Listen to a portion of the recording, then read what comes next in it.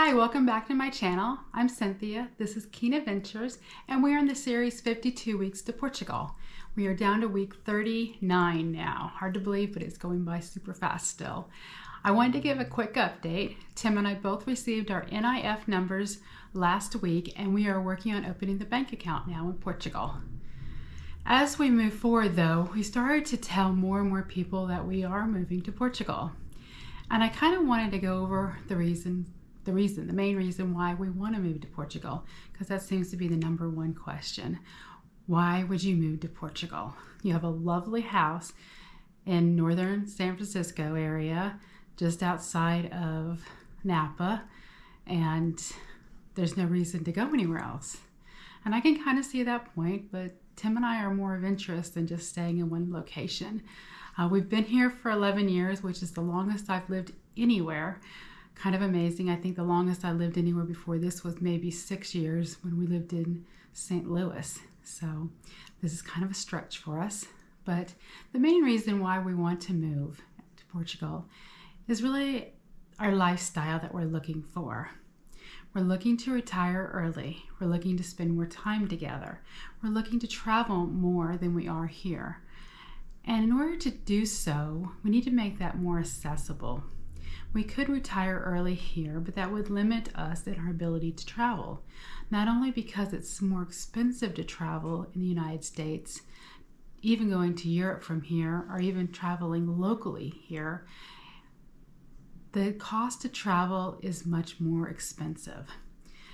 It just doesn't make a lot of sense for us to be able to do that.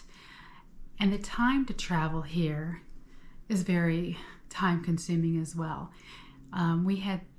Last year we had set out to see a number of national parks, and although there's several in California, and we've seen, I want to say, the majority of them in California, they're quite a drive from where we are, and that requires driving there, spending at least one night there, and then driving back maybe the next day or so later.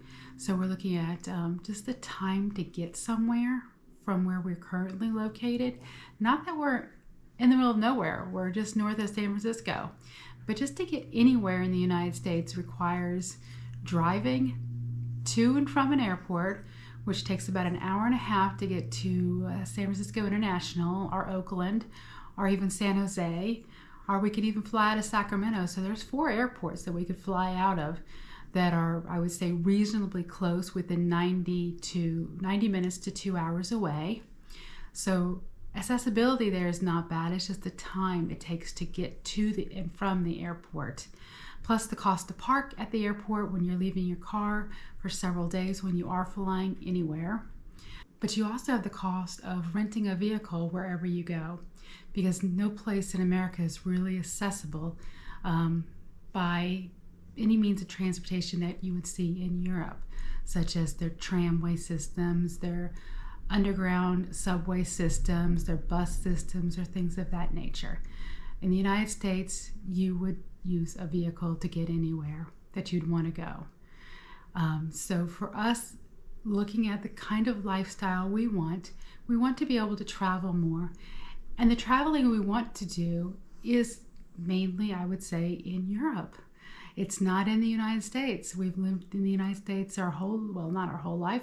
We lived in Europe for 4 years and we truly loved it. But we love to travel in Europe. We love to see the architecture, the ruins, the history that's over there. It just, to us, is very, I don't want to say interesting, but something that we really enjoy. For us, that's where we really see ourselves, is over in Europe and being able to travel to and from the various areas easily and not so costly. If we were to retire here, we could definitely do it, and we could probably take 1 to 2 nice vacations a year to go somewhere. I'm not sure how to express this.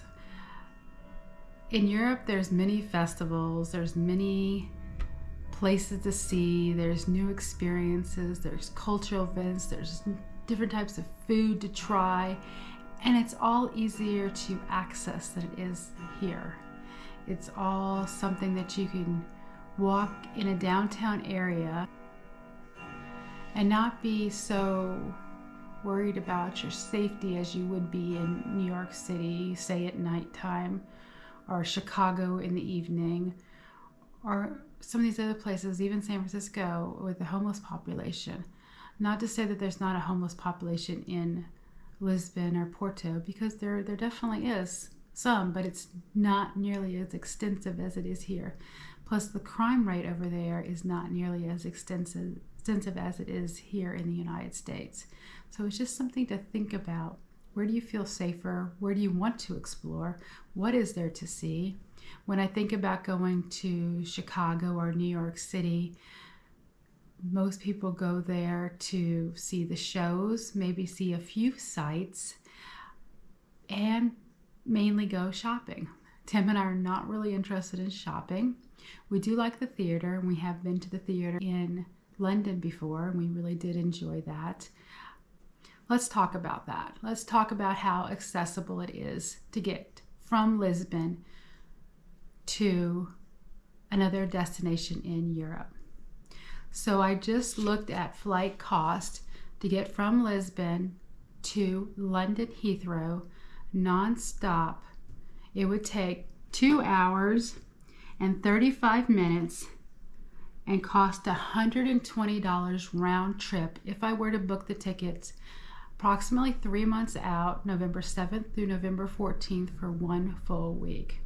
So Tim and I could travel to London, take the train to the city, which is fairly inexpensive. We haven't done that before, and then stay somewhere in the city there, which you would do if you were traveling from the United States as well. The main cost difference there is the flight.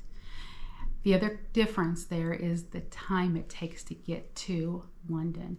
It's a 2 hour and 30-minute flight versus 10 plus hours plus a layover and going through immigrations or customs that's required for the United States. So Lisbon to Paris would be another trip potentially to take during the same time frame, November 7th to the 14th, and I tried to keep these the same time frame so that I wasn't cherry picking the date so I could get better prices.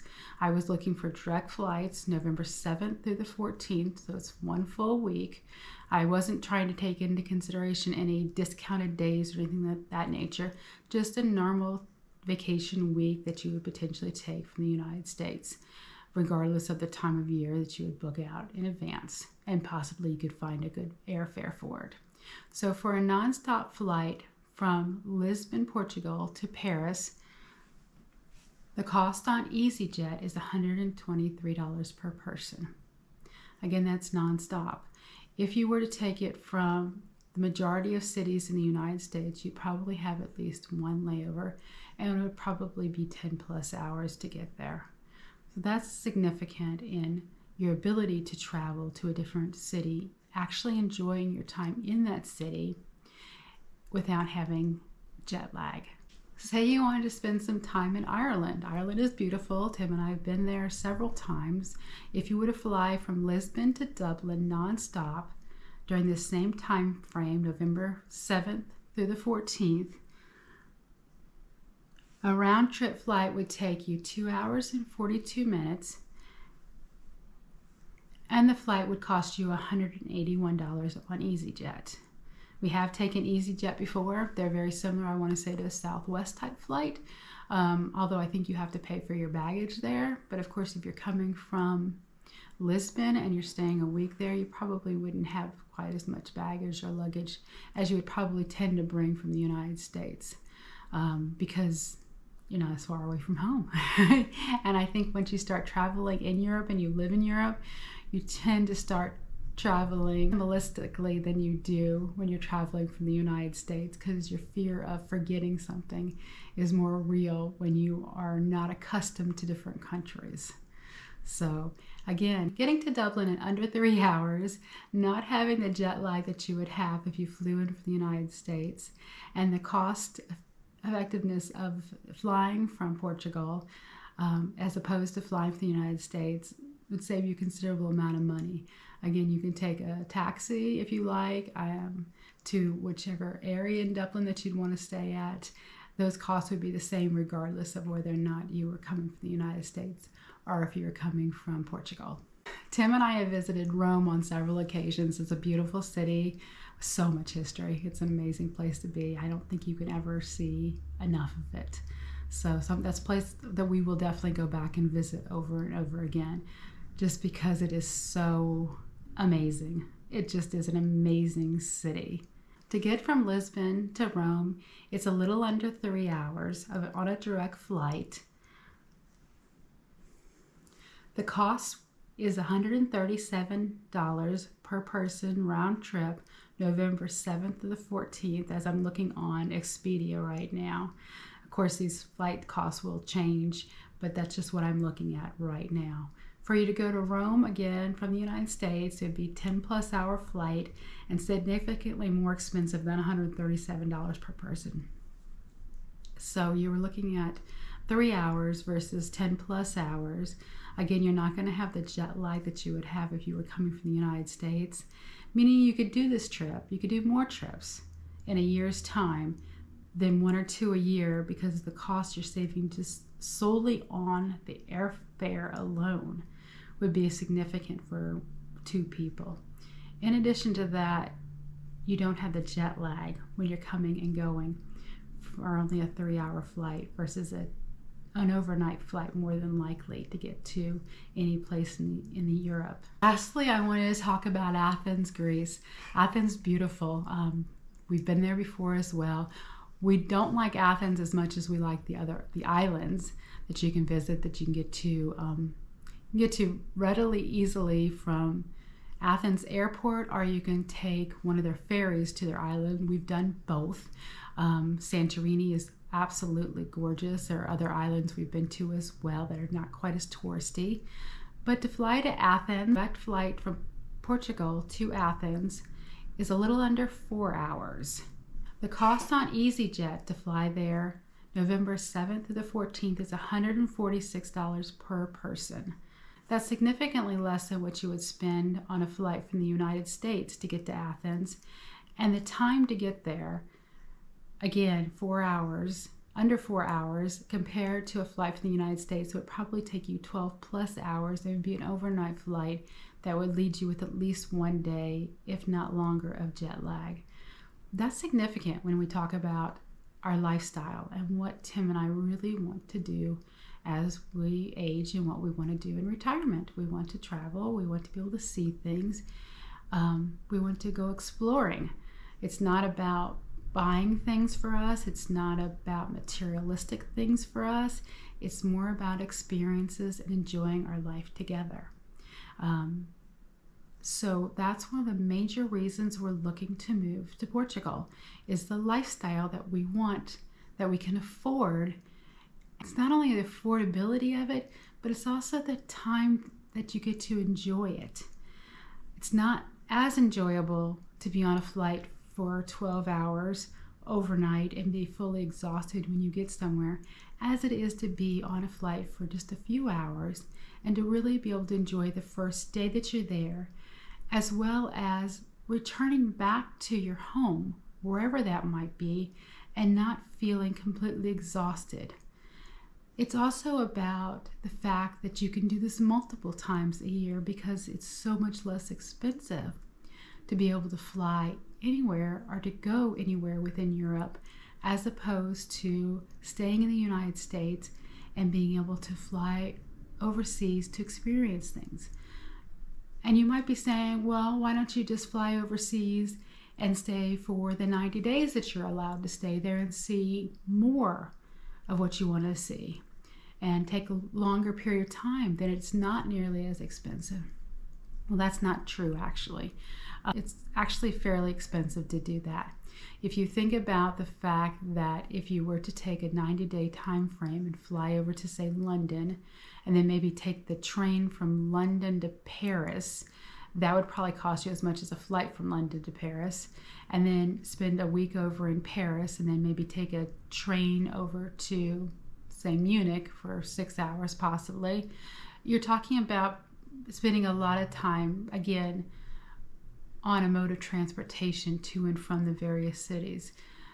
and that you're not necessarily getting a break in between seeing the cities to fully appreciate what you've done or to be prepared for what you plan to do in the cities coming forward.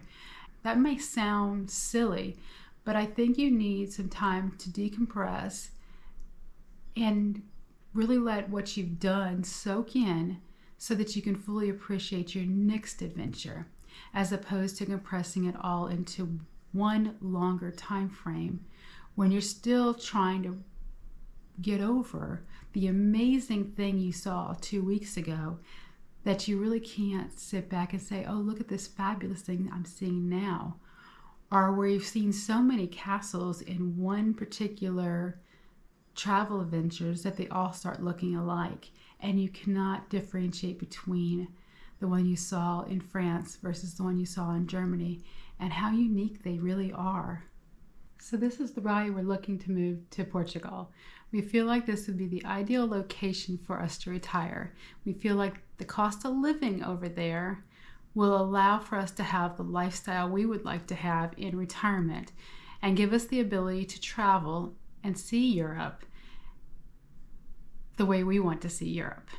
There's lots of other reasons why we are considering Portugal.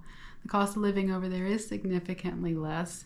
The accessibility to Europe and the other countries, as well as Portugal itself, are important to us. The cost of medical care over there is significantly less than the cost of medical care in the United States. The food over there is also one of the considerations over there. In the United States, they allow pesticides and ingredients that a lot of foreign countries would never allow in our food system. So there's many reasons why we'd like to go to Portugal, not just the travel ability, but also the healthier lifestyle, the ability to actually enjoy our retirement, and the ability to actually spend time together doing the things that we love to do. So that's why we are moving to Portugal.